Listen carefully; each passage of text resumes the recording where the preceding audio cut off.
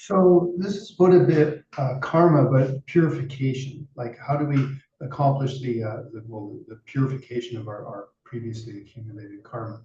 Okay, so the standard sort of process is called the 4 steps: regret, turning your mind in a positive direction, doing some purification practice, and then dedication.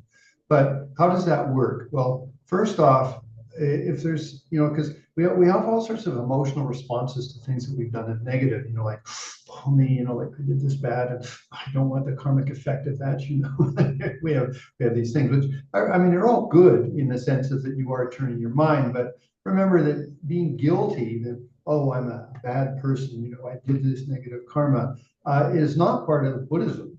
That's completely another religion's sort of way of doing it. In Buddhism, basically, guilt's a double negative. You did something negative and then you feel bad, or you are a bad person. So now you have 2 things to work on: purification and your self-esteem, or whatever, self-confidence. So that's not a beneficial way. Whereas if you regret something, like, gee, I wish I hadn't done that, like that's like identifying what you did that was negative, but then having a response to it that isn't, I'm bad, that I don't want to repeat that. I don't want to do that again. So whatever it may have been, whether it was a bad word or maybe some negative action, or just, just whatever you might have done that was sort of negative. So rather than like, oh, I'm bad or something, or even the idea of like, oh, I don't want that karma to ripen, it's going to be horrible. I mean, that's okay, but it's not the best motivation. And also, you're sort of looking at that karmic activity you did that was negative, and you're more sort of validating your sense of self in an exaggerated way. Whereas when you really think about, we're bodhisattvas, or we're trying to be sort of spiritual people, so we're trying to evolve or develop ourselves. So that type of thought, it will happen 100%. I mean, it happens in me. I can't deny it. But what you want to say is, no, I don't want to do that again. So you have a negative thing, whether it's a memory or whether it's something current. You say, I never want to do that again. That's actually the most simplistic version of not repeating negative karma. Okay. Now, on top of that, anyway, so it's called regret. The Tibetan analogy often given is that, let's say if you're you're biting into a sandwich or something like that, and yet you know that the sandwich has similia or something that's going to make you really sick, make you have diarrhea. You go, ah, and then you spit it out. That's the way that you want to look at a negative thing. Like maybe you lie, or you steal, or you go, like, I want to get it out of my system. Like, I don't want it inside of me. Okay. And there's another example. Let's say,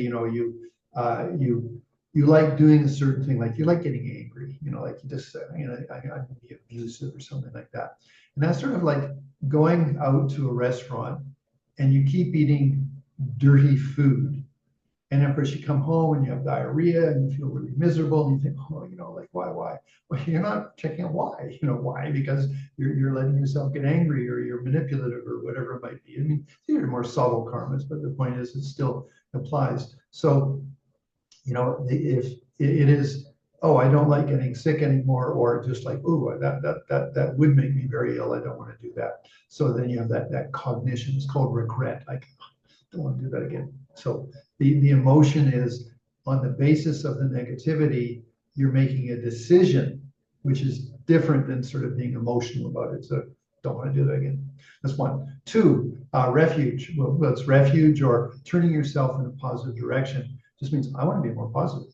I'd like to be like a Buddha and a Bodhisattva. Okay, that's taking refuge, Buddha, Dharma, Sangha.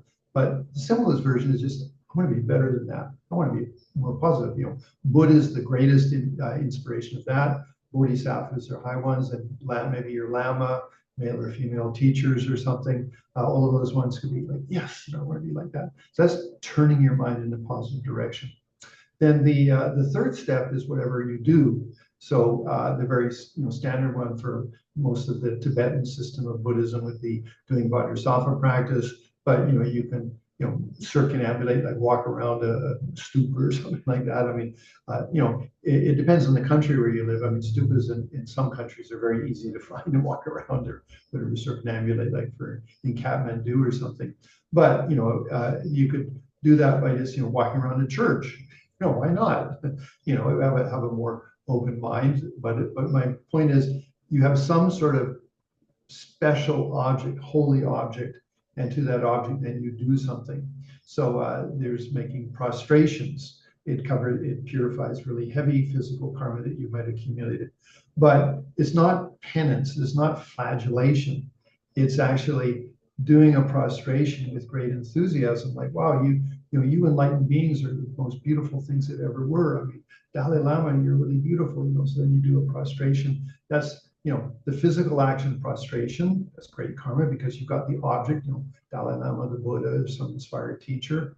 Then maybe you say a prayer, there's verbal karma. And in your mind, you're definitely, will have deep feelings, like whatever. So that sort of comes back to what I talked about a few moments, or as I say, the previous one about karma, is that if you make the example was, if we look at negativity as being very acidic, if you have bodhicitta, or let's say spiritual intentionality, that's like being alkaline, and acid doesn't function in an alkaline system. So therefore you automatically neutralize or completely purify the acidic side of things. So that would be like doing a prostration to a holy being, to an image, to a statue, but again, with understanding about it. And that's a technique. That's prostration. Vajrasattva, in the crown of your head, you visualize Buddha, which is inseparable with your gurus, and you feel that they give you nectar that purifies, and you have then the washing, the downward washing, upward filling, and then the purification in your heart. There's a YouTube video on my channel for that if you want to watch that, Vajrasattva commentary, and then there's also Heruka Vajrasattva commentary. Those are actually in English and Spanish. So there's a technique. And then the big one is dedication. Like, how long can you do that? So sometimes it's good to just say for this morning. Sometimes you might say for today. But today's big, you might not get through the whole day. So, again, depends on the activity. But let's say you have trouble with drinking. Just an example. You drink alcohol and you're really trying to stop. Okay, well, I mean, certainly you can say for this morning, I'm not going to drink. And even you can say for this evening, I'm not going to drink. So you dedicate for the day.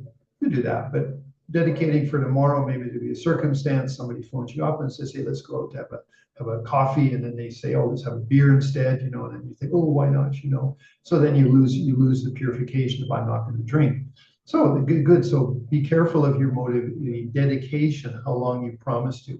But let's say you say for today and you get good, and you say, okay, for 3 days, and you go, oh, I did do it 3 days, didn't do it. And you say, yes, you feel happy. That validates the intention and the purification by having a sense of joy that, hey, I did 3 days. And maybe you get a week, and then you can do a month, and like that. So you slowly increase the level of dedication.